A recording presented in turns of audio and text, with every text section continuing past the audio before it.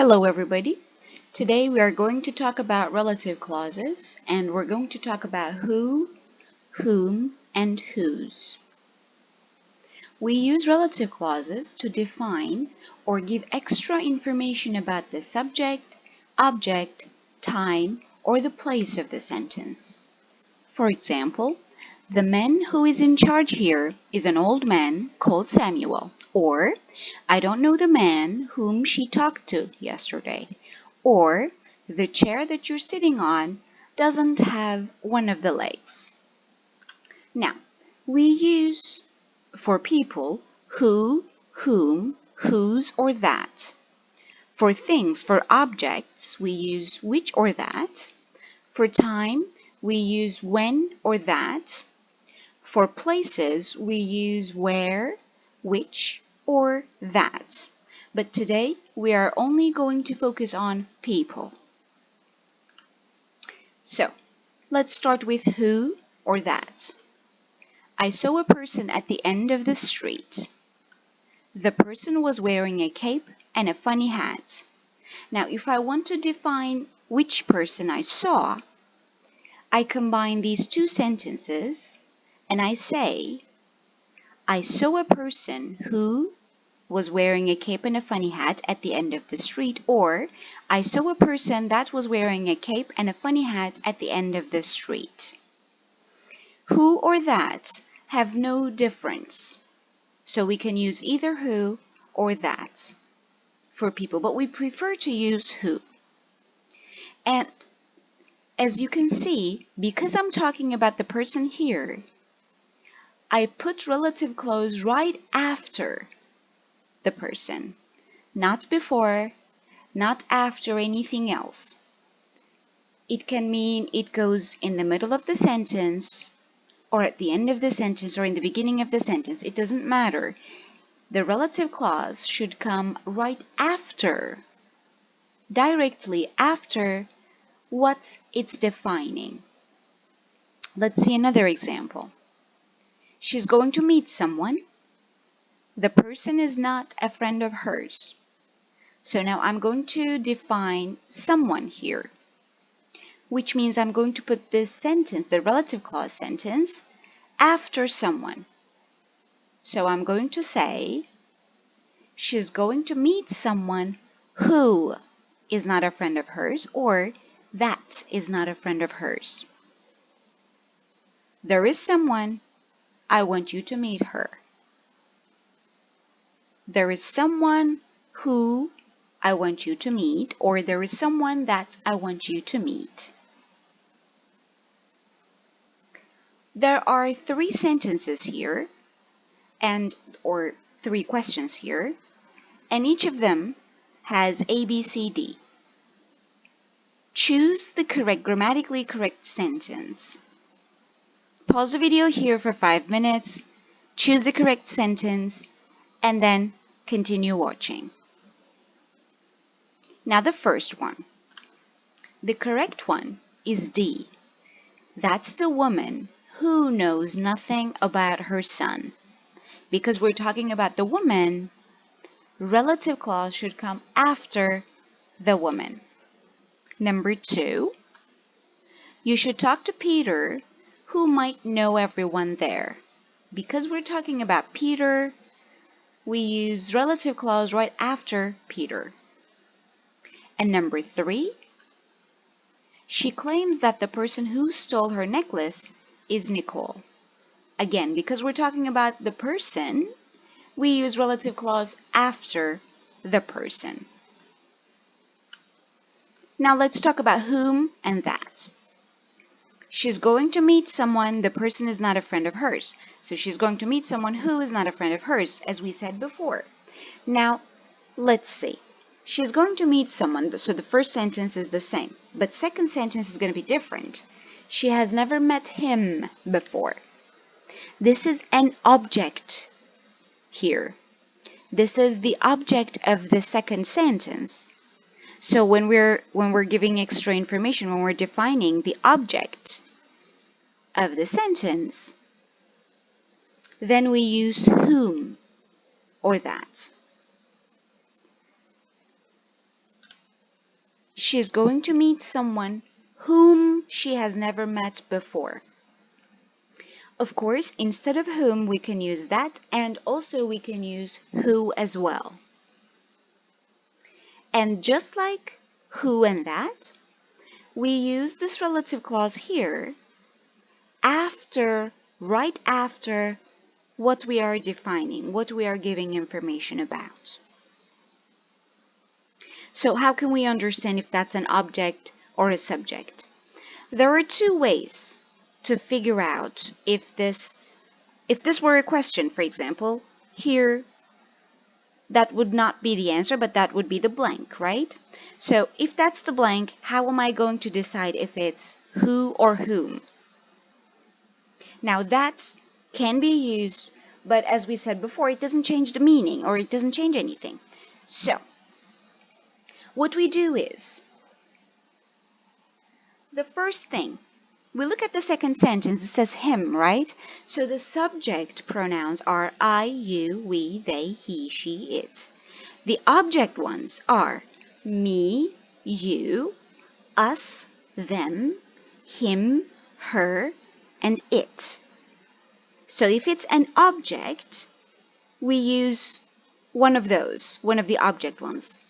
Me, you, us, them, him, her, it. Therefore, it means we need to use whom in the blank. That's the first technique. Second, we look right here after what we said was blank. After the blank, if there is a subject, you see here, that's not a subject, that's a verb. Be, but it's a verb, right?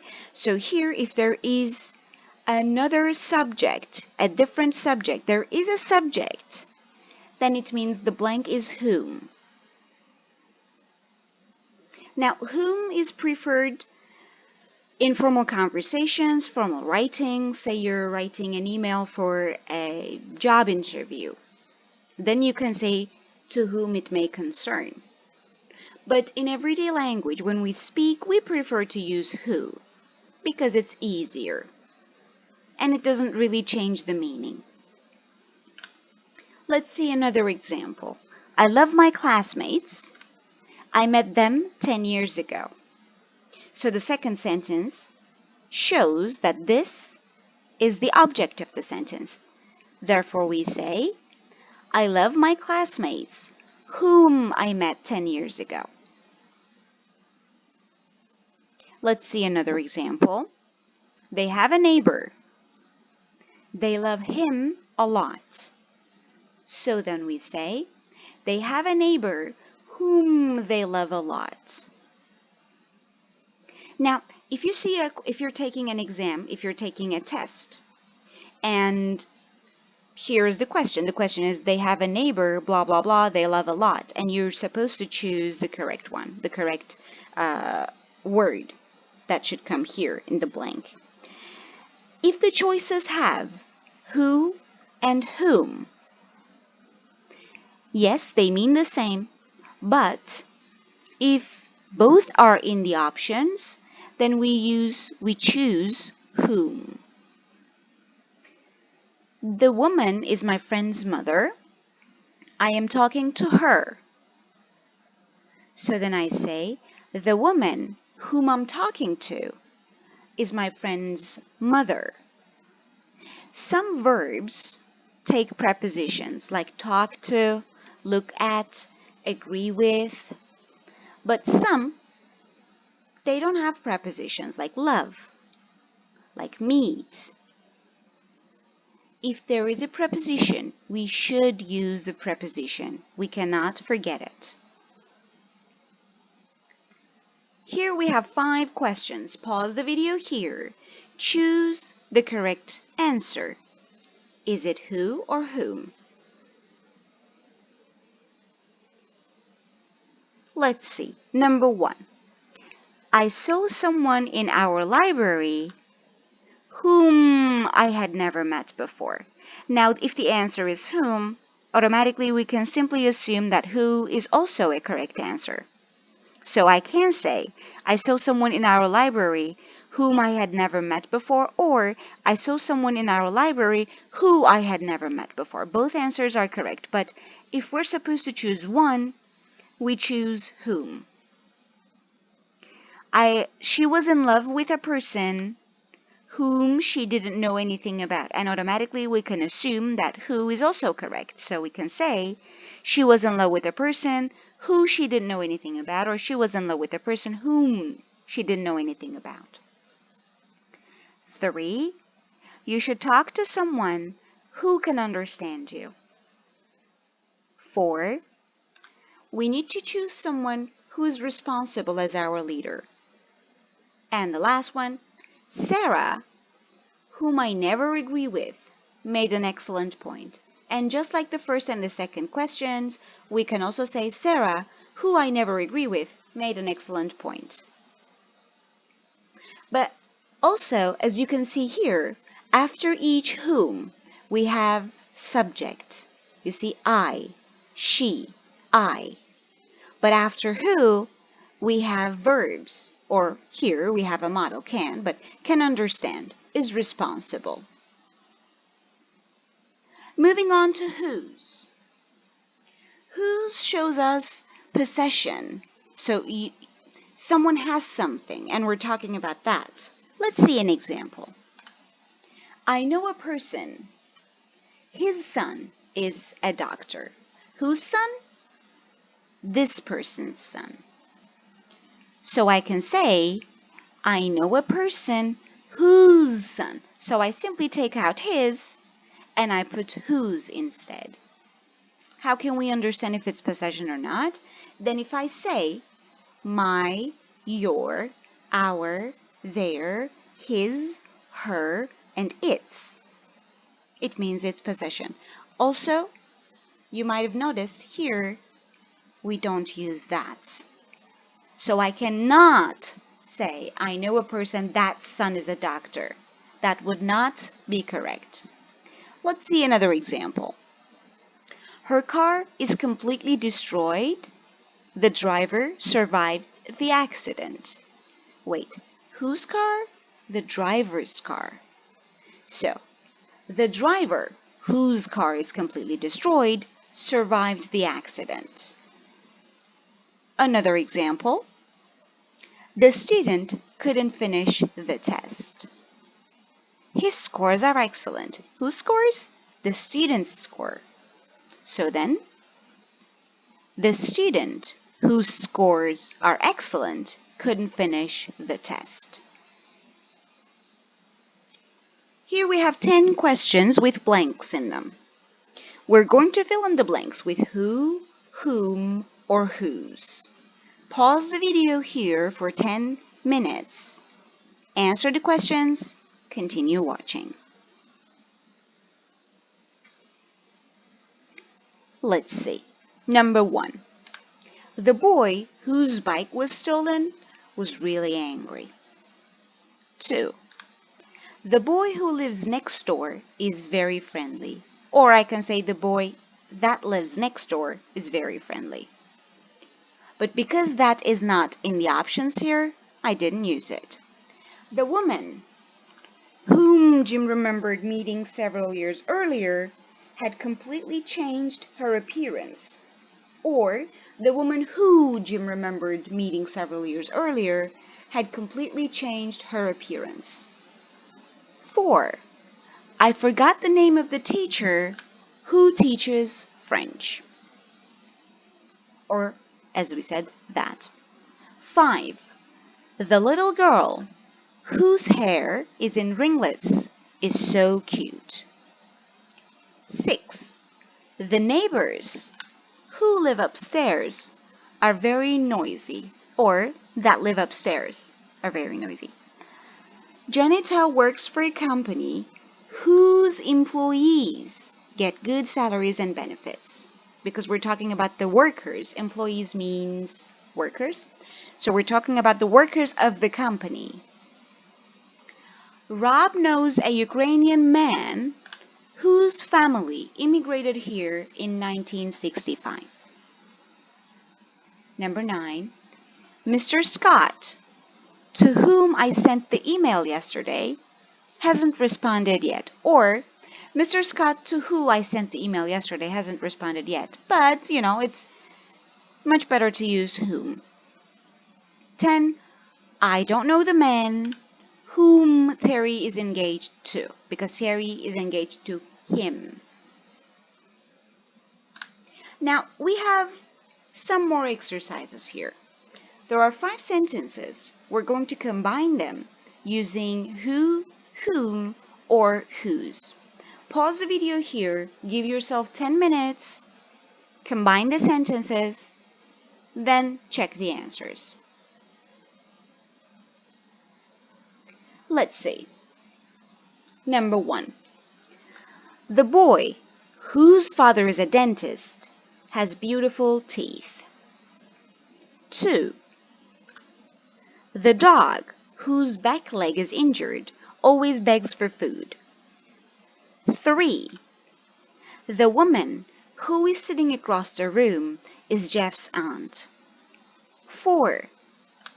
The Olympic official who presented the medals shook hands with the athletes. 5. There isn't any reason for the actor who is playing the role of Romeo to dye his hair. Now, there are a couple of things that I want to say. The first one. Number 3, you can also say the woman who is Jeff's aunt is sitting across the room. That wouldn't change any meanings. But for the fourth one, the Olympic official who shook hands with the athletes presented the medals. If you say it like that, then it means there are more than one officials. But if we say the Olympic official who presented the medals shook hands with the athletes, then we're only talking about that official. And for the fifth one, I've heard some students saying, instead of there isn't any reason for the actor who is playing the role of Romeo to dye his hair, say the actor who's playing the role of Romeo has no reason to dye his hair. That's also correct. The last exercise. There are 10 questions. Just like the previous exercise, we're going to combine the sentences using who, whom, or whose. Pause the video here for 15 minutes minimum and combine the sentences.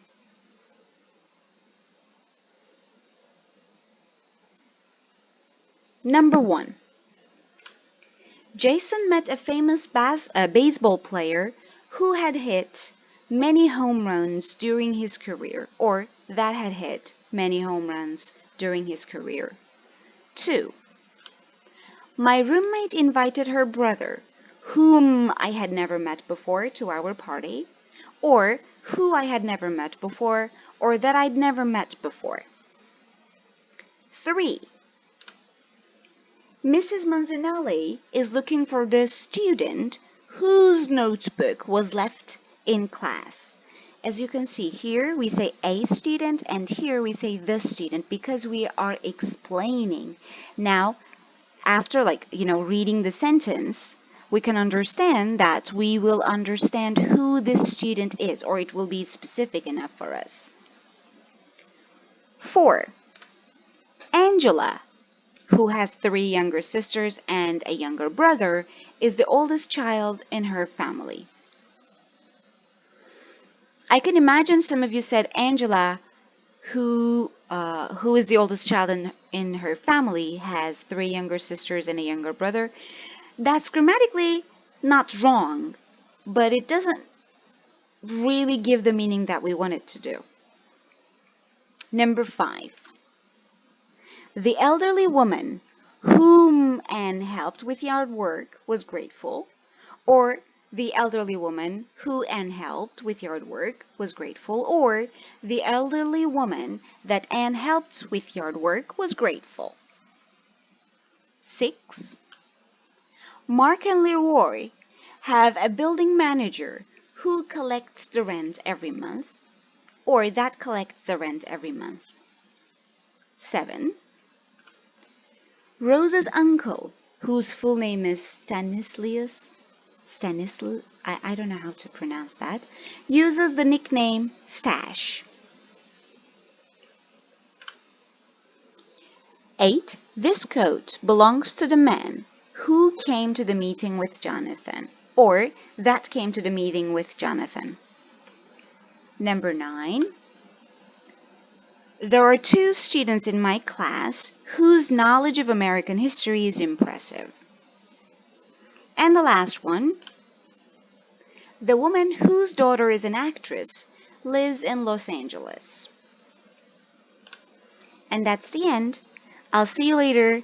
Bye-bye.